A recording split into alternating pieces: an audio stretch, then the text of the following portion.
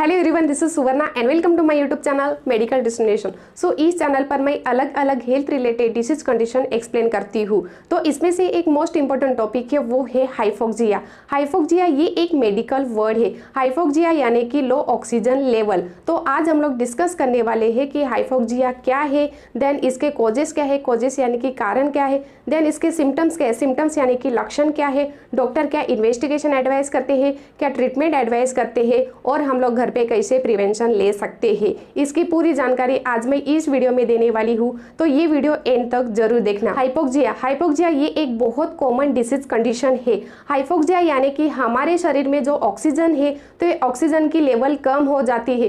तो ये ऑक्सीजन क्यों कम हो जाता है, इसके बहुत सारे कॉजेस है। कॉजेस यानी कि कारण है। तो अभी हम लोग डिस्कस करने वाले हैं कि हाइपोक्सिया के कॉजेस क्या है, कॉजेस यानी कि कारण क्या है। तो इसमें फर्स्ट है सीवियर अस्थमा अटैक। अगर आप लोगों को अस्थमा की बीमारी रहेगी तो ये ज्यादा चांसेस होता है हाइपोक्सिया होने का। आप लोगों ने देखा ही रहेगा, अगर आपके फैमिली में किसी को भी अस्थमा रहेगा, फ्रेंड सर्कल में किसी को भी अस्थमा रहेगा, तो वो पर्सन कंटिन्यू इनहेलर यूज करता है। और ये अस्थमा की बीमारी अडल्ट्स को भी होती है और चिल्ड्रंस को भी होती है।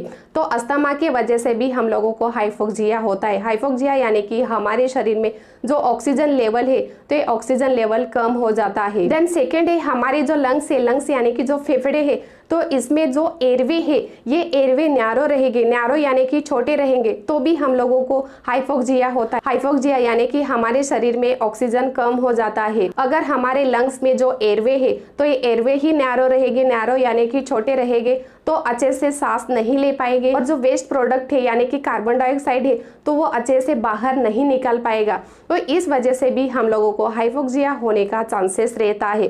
देन थर्ड है जो लोग ज्यादा स्ट्रॉन्ग मेडिसिन यूज करते हैं, तो इस वजह से भी ये हाइपोक्सिया होने का चांसेस रहता है। देन जिस पर्सन को लंग्स डिसीज रहेंगे, लंग्स डिसीज यानी कि लाइक न्यूमोनिया रहेगा या सीओपीडी रहेगा, सीओपीडी यानी कि क्रोनिक ऑब्स्ट्रक्टिव पल्मोनरी डिसीज रहेगा या एम्फाइसीमा रहेगा, तो इस वजह से भी हम लोगों को ये हाइपोक्सिया होने का चांसेस रहता है। देन जिस पर्सन को हार्ट का प्रॉब्लम रहेगा, तो वो पर्सन को भी हाइपोक्सिया होने का चांसेस रहता है। देन है ब्रोंकाइटिस। ब्रोंकाइटिस के वजह से भी हम लोगों को हाइपोक्सिया होने का चांसेस रहता है। ब्रोंकाइटिस यानी कि हमारे लंग्स में जो ब्रोंकियल है, तो ये ब्रोंकियल को इन्फेक्शन हो जाता है और समटाइम ये ब्लॉकेज होते हैं। तो ये ब्लॉकेज की वजह से भी हम लोगों को हाइपोक्सिया होता है।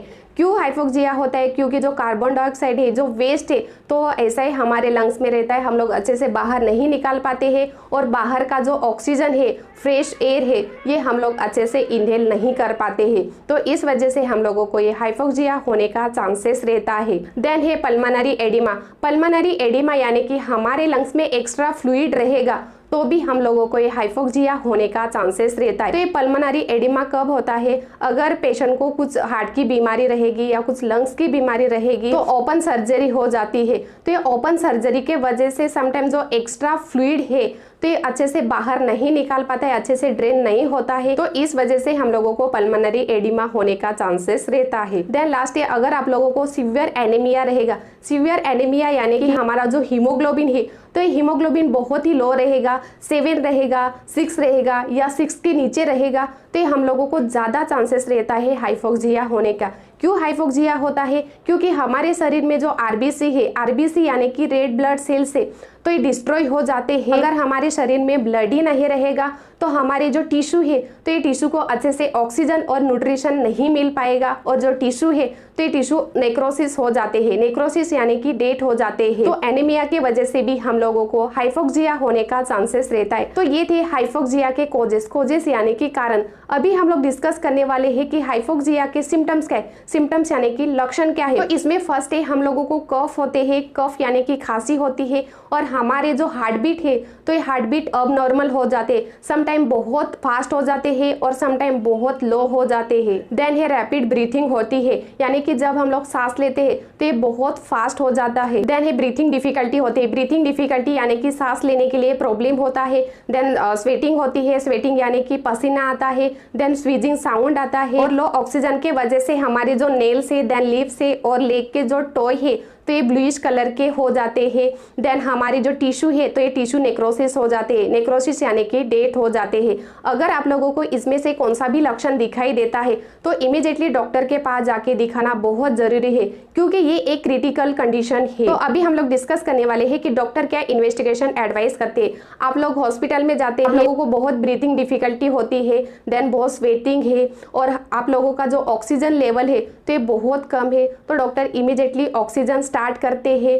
देन चेस्ट एक्सरे निकालते हैं। चेस्ट एक्सरे क्यों निकालते हैं? क्योंकि हमारे लंग्स में कुछ इन्फेक्शन है क्या, कुछ एडिमा है क्या, ये चेक करने के लिए चेस्ट एक्सरे भी निकालते हैं। देन ईसीजी भी निकालते हैं और ब्लड टेस्ट भी करते हैं। ब्लड टेस्ट क्यों करते हैं? क्योंकि हमारे ब्लड में ऑक्सीजन लेवल कितना है ये सब चेक करते हैं। According to patient symptoms wise वो पर्सन को डॉक्टर इन्वेस्टिगेशन एडवाइस करते। तो अभी हम लोग डिस्कस करने वाले हैं कि डॉक्टर क्या ट्रीटमेंट स्टार्ट करते हैं।